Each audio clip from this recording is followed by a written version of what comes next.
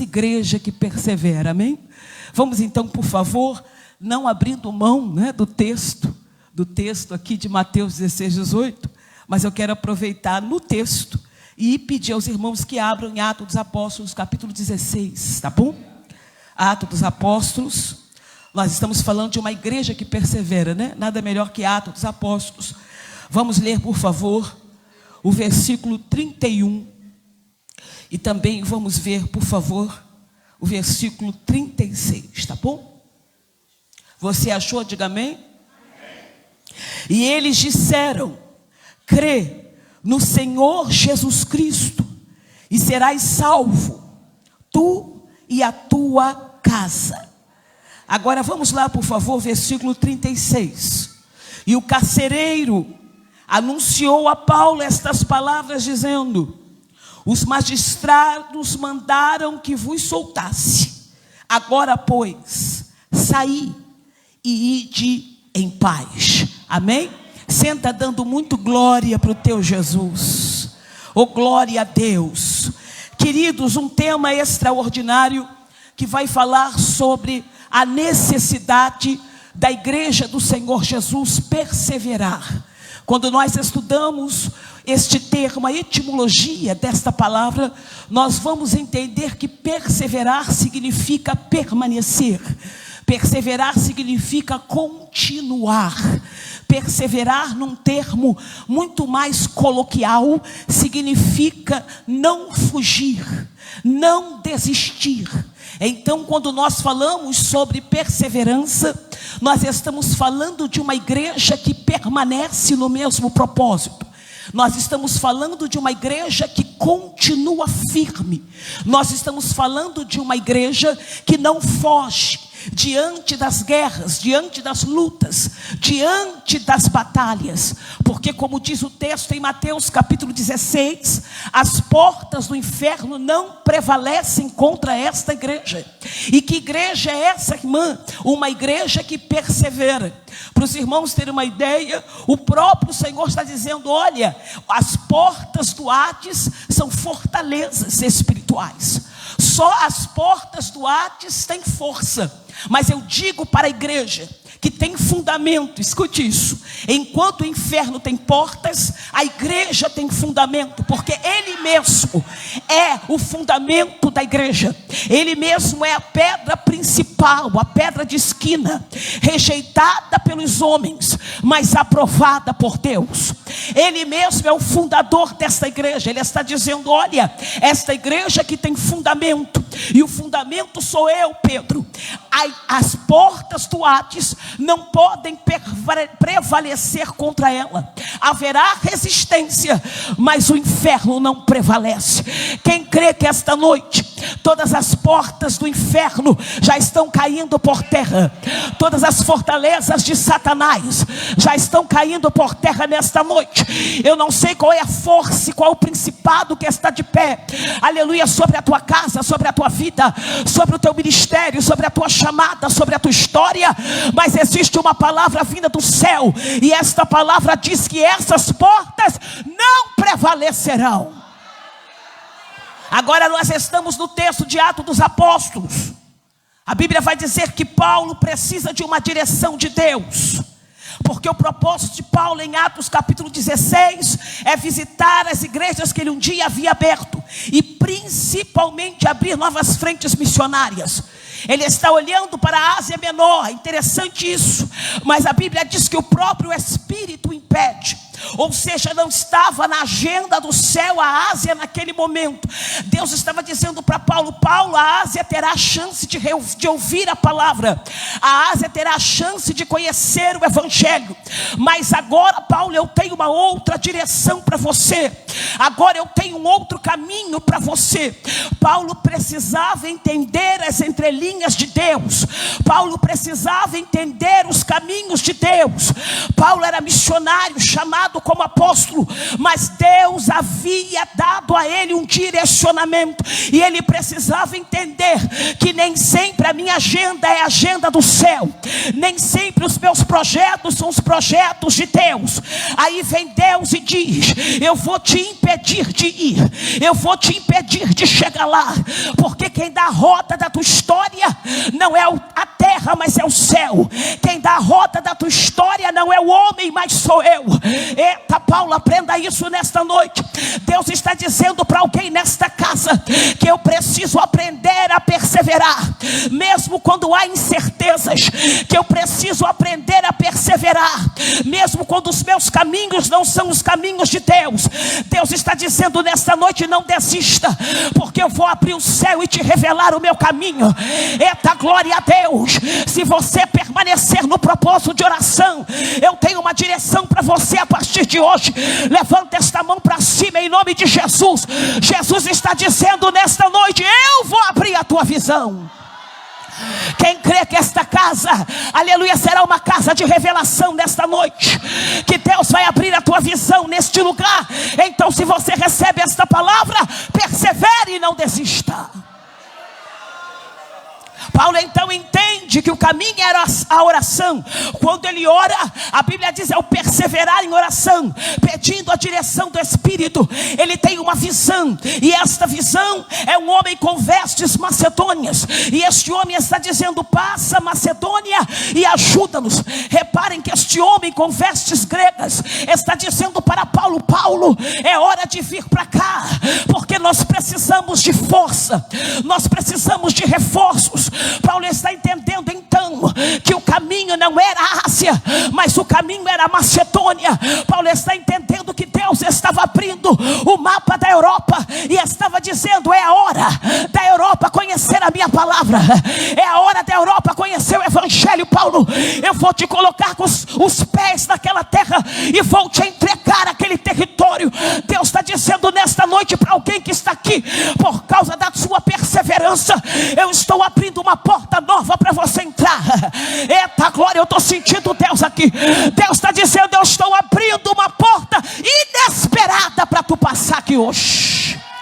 Aleluia. Quem crê que esta noite é noite dos perseverantes vencerem? Quem crê que esta noite é noite de alguém que mesmo diante da dúvida esperou Deus falar e por isso recebeu a vitória? Paulo então está olhando para a Macedônia, e ao olhar para a Macedônia, Deus revela o lugar, porque o maior agente missionário da terra é o Espírito Santo. O Espírito Santo diz: Paulo, a terra é Filipos, a primeira cidade da Macedônia.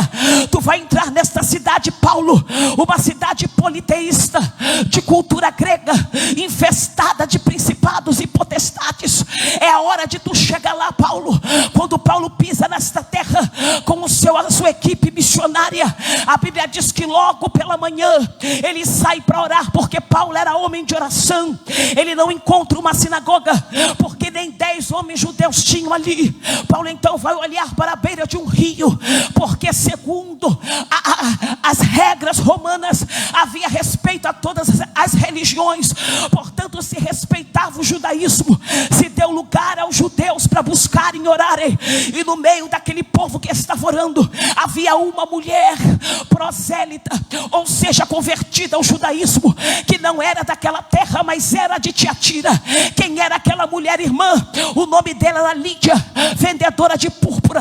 Lídia estava à beira de um rio orando. Eu posso imaginar Paulo olhando para aquelas mulheres e dizendo: esta é a oportunidade delas conhecerem Jesus ressuscitado, porque elas conhecem o Deus de Abraão, o Deus de Isaac e Jacó, o Deus dos patriarcas, mas não conhecem a Jesus. Paulo então começa a pregar para aquela mulher, uma mulher rica, importante na cidade, vendedora de tecidos tingido com púrpura. Você já imaginou o que é isso? A mulher vestia a alta classe de Filipos, a mulher vestia os militares de Filipos, porque usar cor púrpura era só para os nobres, para os ricos, para os mais poderosos, porque para tingir um tecido com púrpura era preciso que um molusco fosse arrancado do Mediterrâneo. Ele expelia o líquido, a cor daquele líquido tingia as roupas, e as roupas se tornavam roxas. Os pobres não usavam cor roxa, os simples não usavam cor roxa, porque era cor púrpura, era a cor dos nobres, era a cor dos ricos. Então eu aprendo que Lídia cresceu, Lídia enriqueceu, Lídia se tornou abastada, mas mesmo sendo quem era, ela estava à beira de um rio orando, ela estava à beira de um rio buscando ao Deus de Israel. Mas naquele dia Deus faria surpresa à mulher rica, Deus faria surpresa àquela mulher abastada, porque a sua riqueza não comprava a sua salvação, a sua riqueza não comprava o seu passaporte para o céu. Deixa eu dizer aqui, alguém que chegou nesta casa e que precisa perseverar numa terra hostil, precisa perseverar em meio numa terra pagã difícil, uma terra de resistência. Deus está dizendo nesta noite: é você que eu vou usar. Cadê você? Chegou, levanta esta mão para cima em nome de Jesus. Jesus está dizendo nesta noite: tem muitas Lídias para eu salvar, tem muita gente importante para eu salvar, tem muita gente da classe social abastada para eu salvar. E quem Deus vai usar? Deus vai usar é você mesmo, mulher. Deus vai usar é você mesmo, homem. Deus vai usar esta igreja, uma igreja que persevera em meio a uma terra difícil. Deus está dizendo nesta noite: o Brasil pertence ao Senhor. Cadê você para dar um glória a teu Jesus? Cadê você para dar teu glória a teu Jesus? Chegou. Quem veio para adorar chegou. Quem veio para glorificar chegou. Alamandaraio.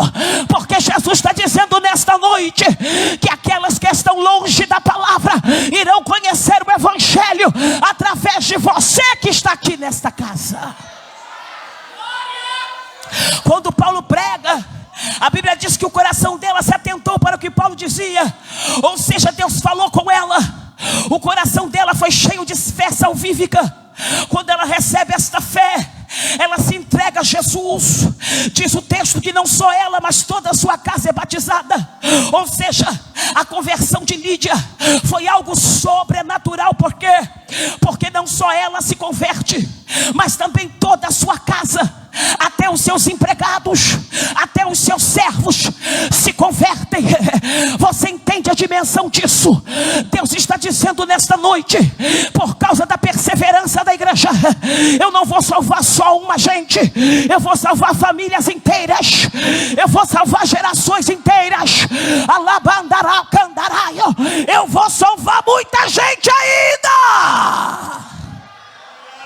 Eita glória! Grita comigo: eu creio.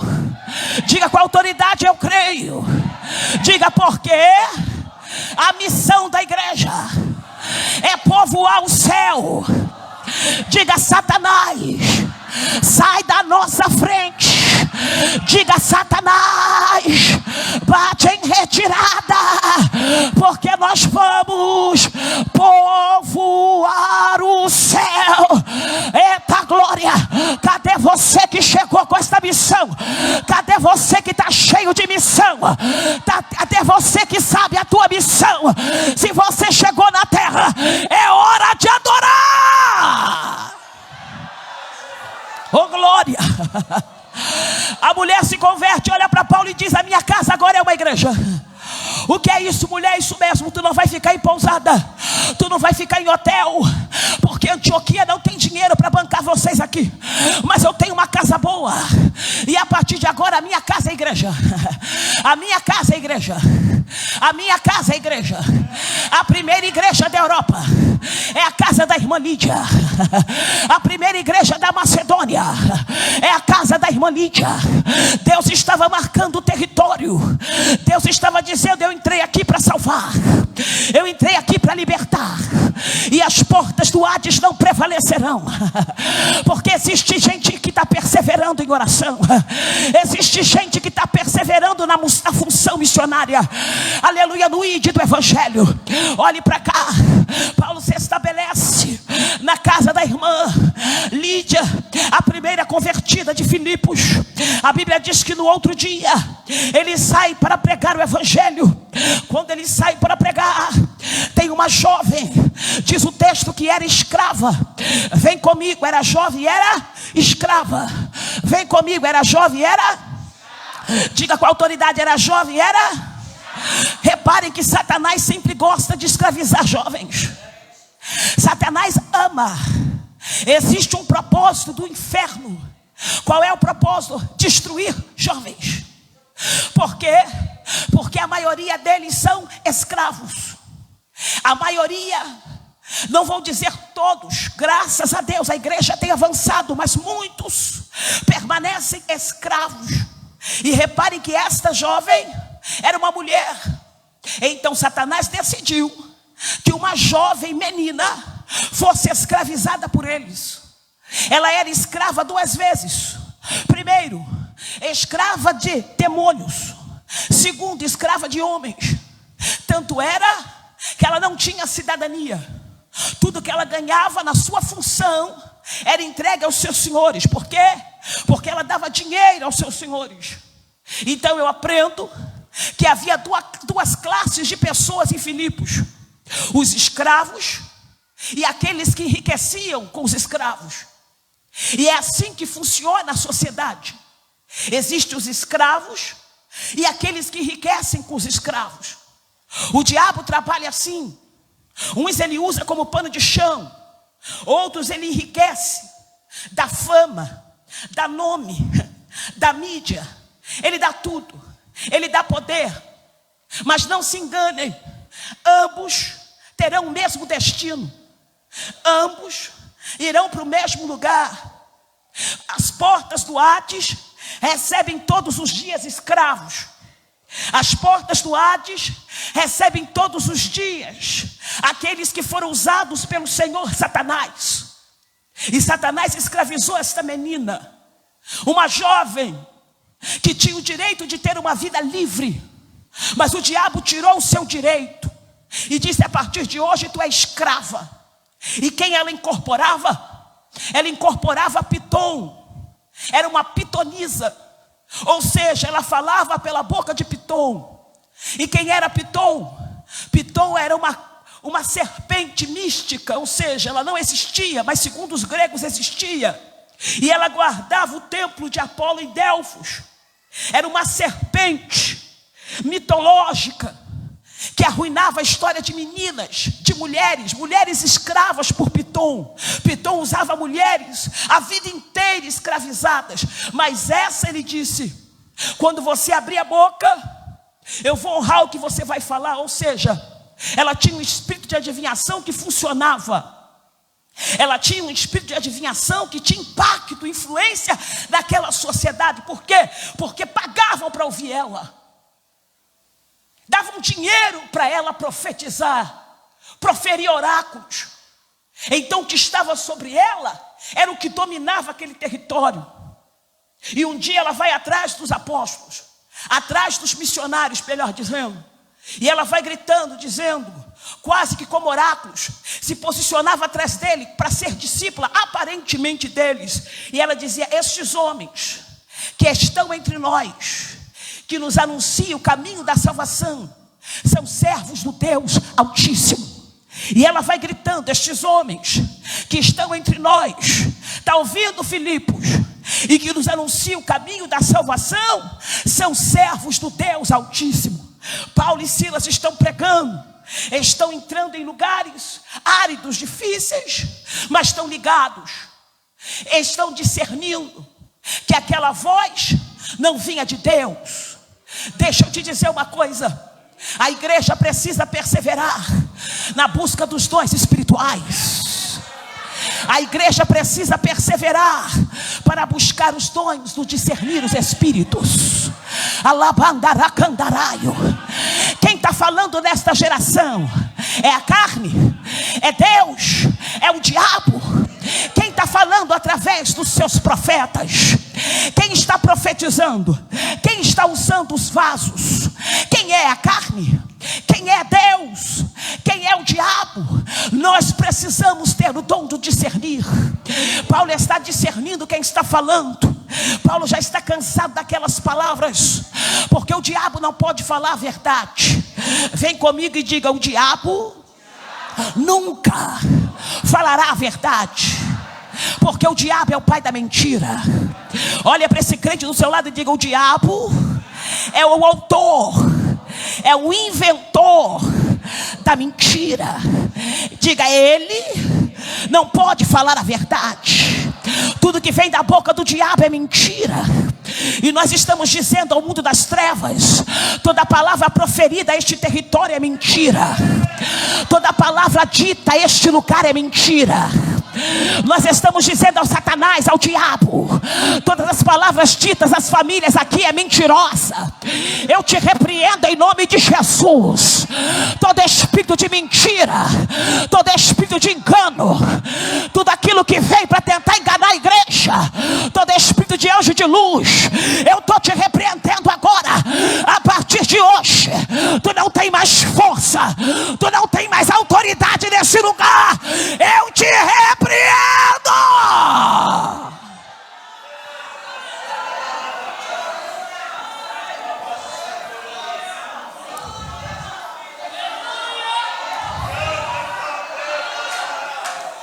Qual era o engano, irmão? O engano?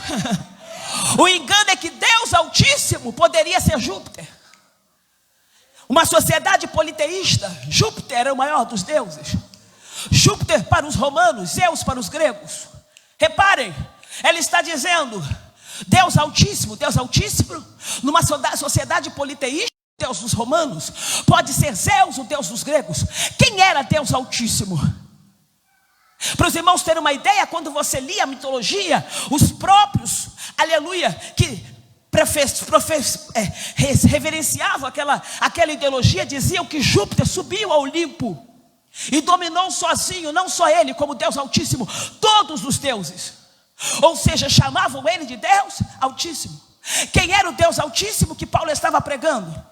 O espírito da confusão estava implantado ali, mas Paulo perseverante, Paulo discernindo que as portas do inferno trazem confusão, que as portas do inferno trazem resistência. Paulo vai olhar para aquele demônio e vai dizer: sai dela, em nome de Jesus, sai dela. Paulo está falando a Piton: sai, em nome de Jesus. Paulo está falando a serpente: sai, em nome de Jesus. Nesta noite Deus está dizendo a alguém aqui nesta casa, Deus está dizendo: eu estou repreendendo um demônio de pé. E agora, eu não sei quem ele está usando, mas ele vai cair. Eu não sei onde ele está prevalecendo, mas ele vai cair. Alabanda candarábia, cominus candaraio. Sabe por quê? Por causa da tua oração. Deus está dizendo nesta noite, por causa deste congresso, Deus está dizendo nesta noite que Piton vai cair. Oh glória! Renúbia a terra. Quando ele diz sai, Piton cai. E ao cair ela está livre. Pela primeira vez na sua vida. Ninguém tinha visto aquilo. Ninguém tinha visto Piton ser repreendido. Era algo inédito naquele território. Paulo então estava dizendo àquele principado: a partir de hoje você não fala mais aqui. A partir de hoje tu não tem voz aqui mais. Porque homens faziam o que Piton mandava. Piton dizia mata, ele mata. Piton dizia se prostitui, ele se prostitui. Piton dizia vende, ele vende. As pessoas ouviam o que Piton falava e faziam o que ele mandava. Mas Paulo estava dizendo, através do poder do evangelho, Paulo estava dizendo: a partir de hoje tu não tem mais autoridade sobre esse território. Tu não tem mais força sobre este lugar. Levante a tua mão em direção a este lugar, aos quatro cantos desta igreja. Deus está dizendo: a partir de hoje Satanás não grita mais aqui. Satanás não tem mais voz de autoridade aqui. A igreja crê nisso. Usa a sua autoridade agora. Usa o poder de autoridade agora. A igreja está sentada nos lugares celestiais. A igreja tem autoridade para repreender. A partir de hoje, Satanás, eu estou te repreendendo neste lugar. Homens não serão mais escravos, mas serão livres.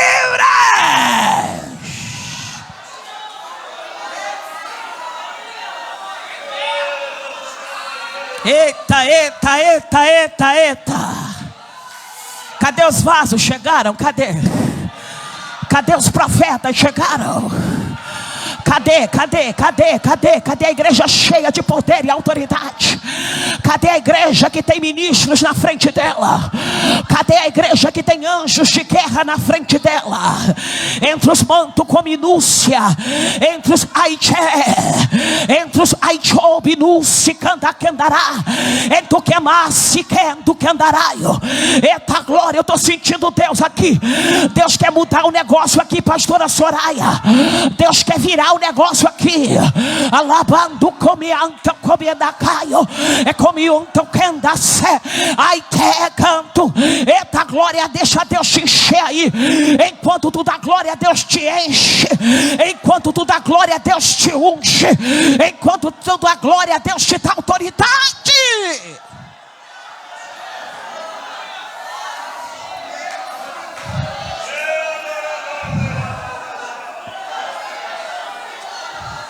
Portas de resistência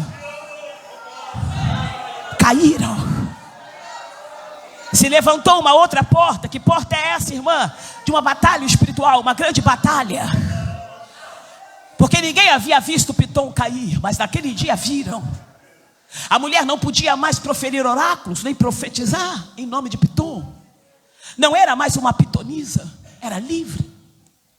Por causa disso, os seus donos foram os magistrados e disseram: esses homens nos apresentam costumes que a gente não conhece. É uma outra cultura. Não são como os judeus pacíficos, não. Eles são uma ameaça. O cristianismo é uma ameaça. Por quê? Porque expulsaram Pitom.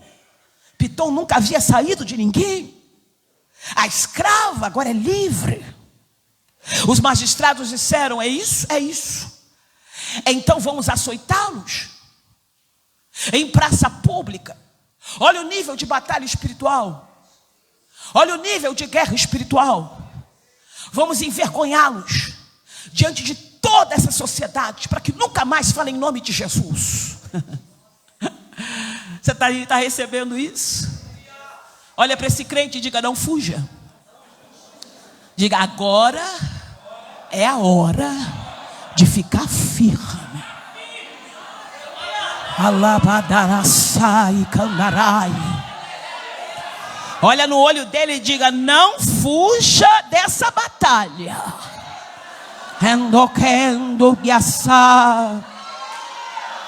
Eu sei que a ameaça é clara. Eu sei que você está sendo afrontado, mas não saia do lugar que você está. Açoitaram em praça pública com varas, desnudos, diante daquela sociedade. Aí disseram: agora vamos entregá-los à maior autoridade depois de nós. Quem é? O carcereiro romano. A palavra carcereiro, na tradução para o grego, significa torturador. Quando você vai buscar o termo, você descobre que ele era um torturador. Ou seja, ele tinha essa função. Quando a tutela era entregue da vida de alguém na mão de um carcereiro romano, ele podia fazer o que ele quisesse. O carcereiro recebe Paulo e Silas, e o homem era tão atormentador, tão torturador, que ele desce eles para o cárcere interior. Reparem que havia 2 cárceres. O primeiro, externo, do lado da sala da guarda. E o segundo, irmão, o segundo era o interno, ou seja, aquele lá embaixo, aquele que não tinha ar, aquele que não tinha luz, aquele que tinha cheiro de sangue, cheiro de morte. Este homem pega os 2, feridos com varas, e desce até o cárcere interno, sem ar, sem luz, com cheiro de morte. A Bíblia diz que ele olha para eles e diz: agora eu vou torturar vocês, porque eu tenho esse dever, eu tenho mandato de Roma para fazer isso. O carcereiro cumpre o seu papel, pega aqueles 2 homens e os colocam no tronco. Mas não era o tronco que colocavam os nossos irmãos afrodescendentes. Não, era aquele tronco nos pés. Por quê? Porque o tronco nos pés tem um recado do inferno. dizendo, o inferno está dizendo: a partir de hoje, a caminhada de vocês para.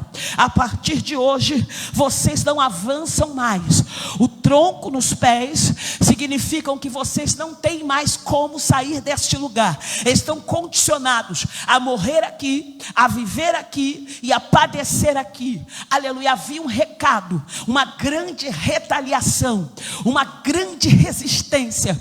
Mas eu quero dizer a Satanás agora, com toda a autoridade que é dada à igreja de Jesus, o Senhor está dizendo ao inferno: Satanás, aleluia, nós não vamos parar, mesmo sendo torturados no tronco, porque os nossos pés podem até estar feridos e machucados, mas a nossa boca continua livre.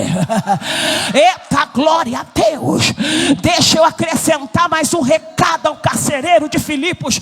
Deus está dizendo nesta noite que força curada, que dor curada, melhor dizendo, se torna força quando a dor é tratada, quando a dor é curada.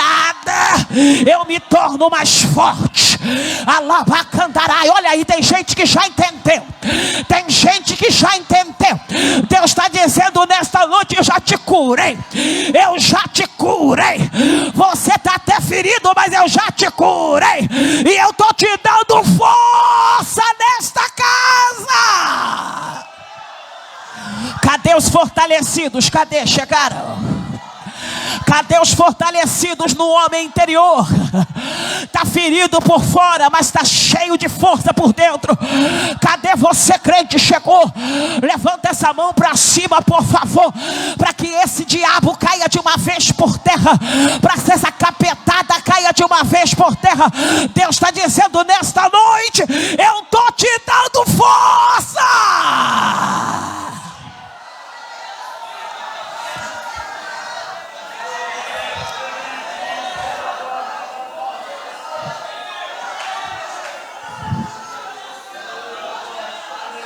É por isso, minha pastora, que mesmo ferida, pastora Ana, né? Pastora Ana, mesmo ferida, Deus te deu força. Um sonho absolutamente se apresenta a ela como um resgate de Deus. Deus dizendo: eu sou o Deus que cura. Eu sou o Deus Rafa, o Deus que sara. Eu sou o teu Deus, mulher, porque a tua caminhada é muito longa na terra. Alabanda, sube no canto. Deus está dizendo para alguém aqui nesta noite: está ferida, machucada, está sangrando, mas continua forte. Tu não vai morrer no meio desta peleja. Deus está dizendo: tu não vai morrer no meio desta guerra. O que é isso, irmã? É isso mesmo. É por isso que mesmo ferida tu vem louvar, mesmo machucada tu vem adorar, porque não é essa dor que te para. Essa dor não é maior que a tua chamada. Segura a mão dele, segura a mão dela. Raban chocala. Enobian tekenaite. Colai chom do quemanai. É comiancho minúcie. É candarai o terramanto candaracé. Segura a mão dela até ela sentir a tua mão, até ele sentir. E diga para ele: tortura nunca matou crente. Diga: a igreja nunca vai parar, mesmo sendo torturada. Diga para ele: porque o maior exemplo foi Jesus.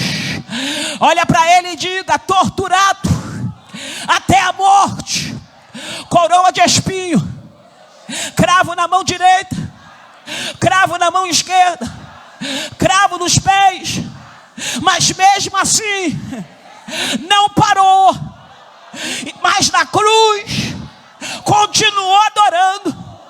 Diga: na cruz o Filho de Deus disse 7 palavras, e a última delas foi, diga com força: está consumado.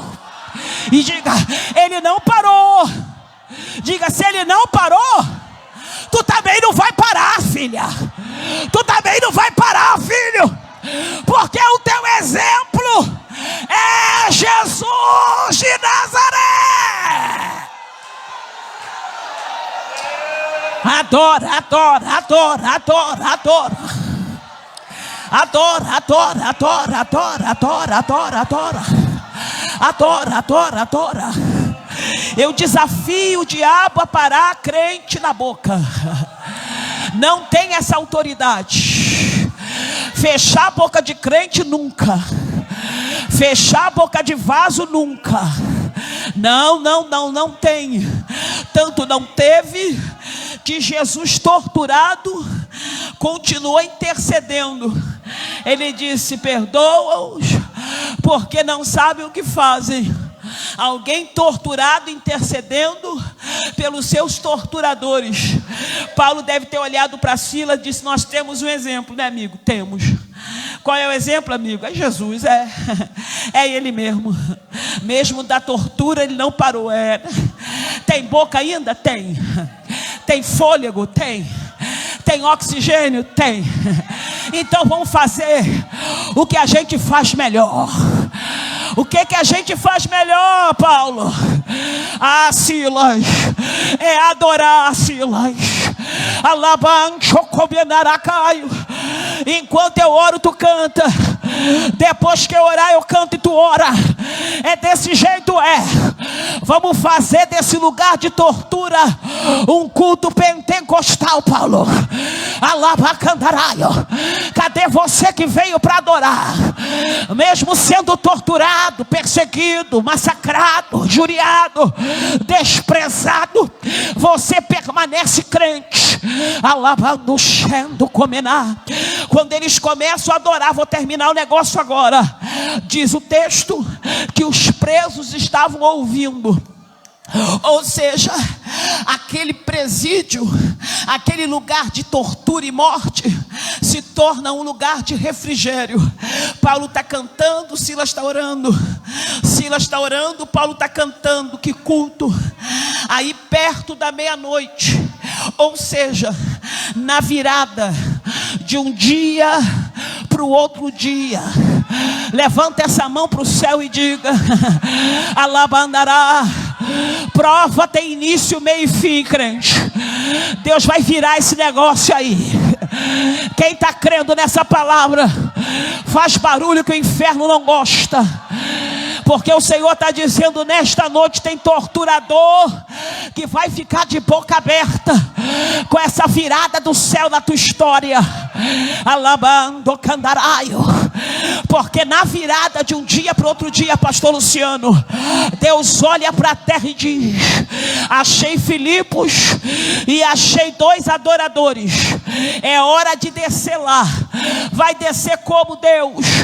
Eu vou descer através de um abalo sísmico e repetitivo. O que é isso? É terremoto. Abalo sísmico repetitivo. Mas esse abalo não é da terra para o céu, mas é do céu para a terra.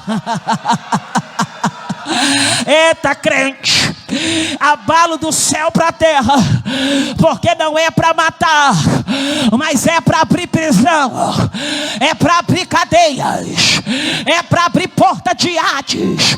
Quem está recebendo esta palavra aí, Deus está dizendo: nesta noite eu vou abalar as portas de Satanás. Essa noite quem estava preso ficará livre. Eita glória!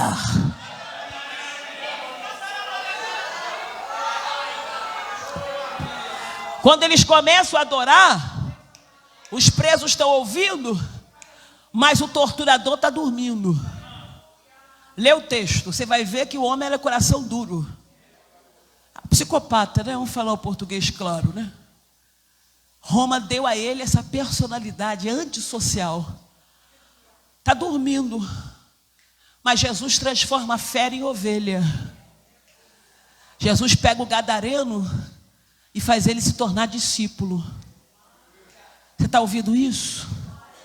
Tem alguém que está preso, cheio de demônios. E Jesus está dizendo: hoje eu vou visitar esse carcereiro, esse torturador, esse filho que o diabo tomou para ele, esse coração de pedra. Hoje eu vou visitar.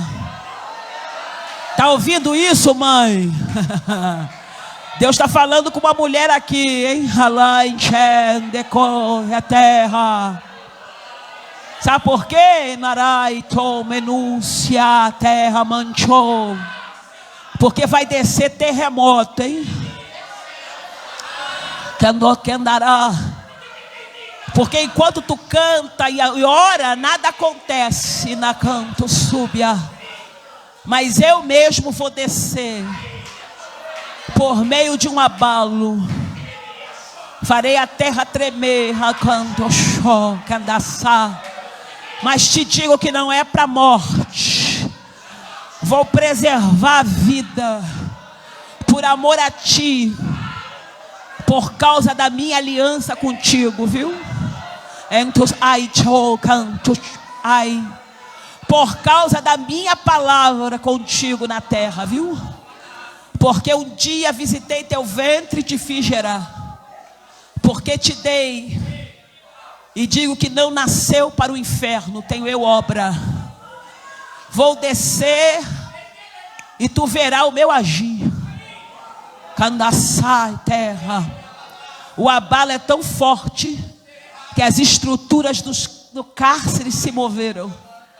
As prisões se abriram. Abalou tudo. Quem estava dormindo acorda. Lá em cima, no cárcere exterior, quando ele vê tudo abalado, ele quer pegar a espada e dar cabo da vida. Porque o diabo pensou assim: se eu não matei Paulo e Silas, eu vou matar alguém aqui hoje. Porque a missão do diabo é matar, roubar e destruir. Ele pensou: cárcere é lugar de morte, não matei eles, mas vou matar esse homem. Mas Paulo, pela revelação, sem vê-lo, entende que um espírito de suicídio está no meio deles, um espírito de morte. E Paulo vai dizer: não te faça mal algum, porque estamos todos aqui. Paulo está dizendo: todo espírito de desespero caia por terra agora. Todo espírito de suicídio caia por terra agora. Porque ninguém vai morrer aqui hoje. Há um decreto de vida e ninguém morre.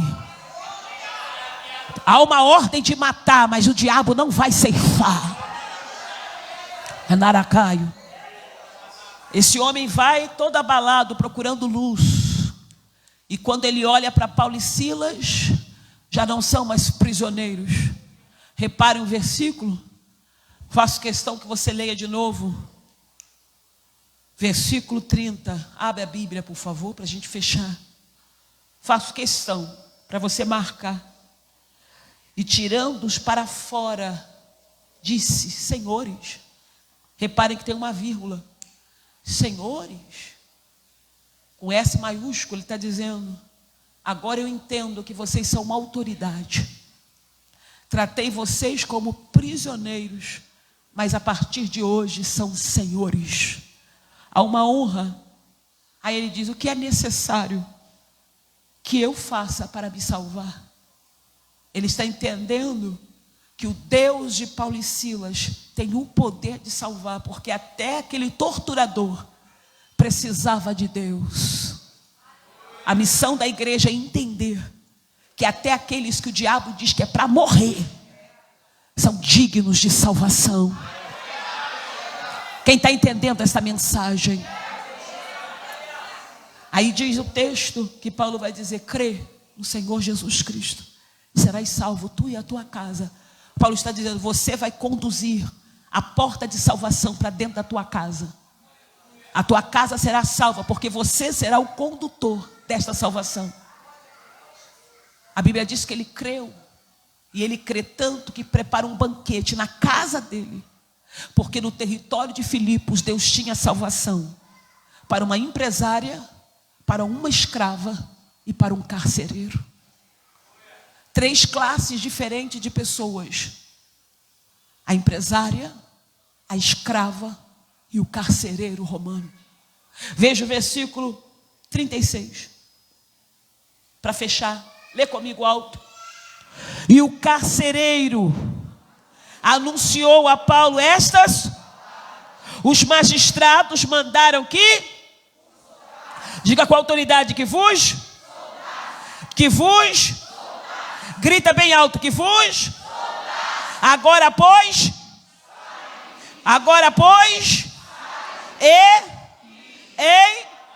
fechei a Bíblia, ide, os magistrados que mandaram prender, agora dão ordem de soltar. Porque as portas do inferno não prevalecem. Quem mandou prender, agora tem que mandar soltar. Alabandará sub com minúcia. Deus mudou o decreto. Podem ir, sair e ir em paz.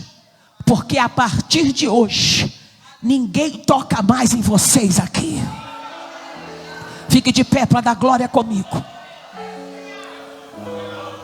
Diga, eu persevero, porque eu sei que Deus me garante. Diga com a autoridade, não vou fugir, mas vou permanecer. Diga, em meio à incerteza, em meio às resistências, em meio às batalhas espirituais, diga, em meio às torturas, em meio aos cárceres, diga, eu vou perseverar. Coloque a mão no teu coração e diga, o meu caráter é o caráter do Cristo. Diga, a partir de hoje eu tenho caráter. Cadê os crentes de caráter? Chegaram. Crentes de caráter chegaram.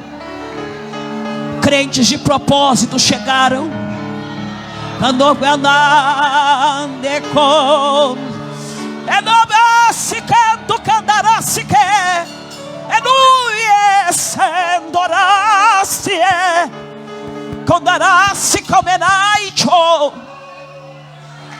Eu posso pedir para a pastora Ana fazer um pequeno louvor para mim? Vem cá, minha amada, por favor. Eu quero orar por todas as mulheres, viu, meu amigo? Vem aqui na frente, todas que estão com a camisa perseverar, porque eu prestei bem atenção no culto. Quando Deus usou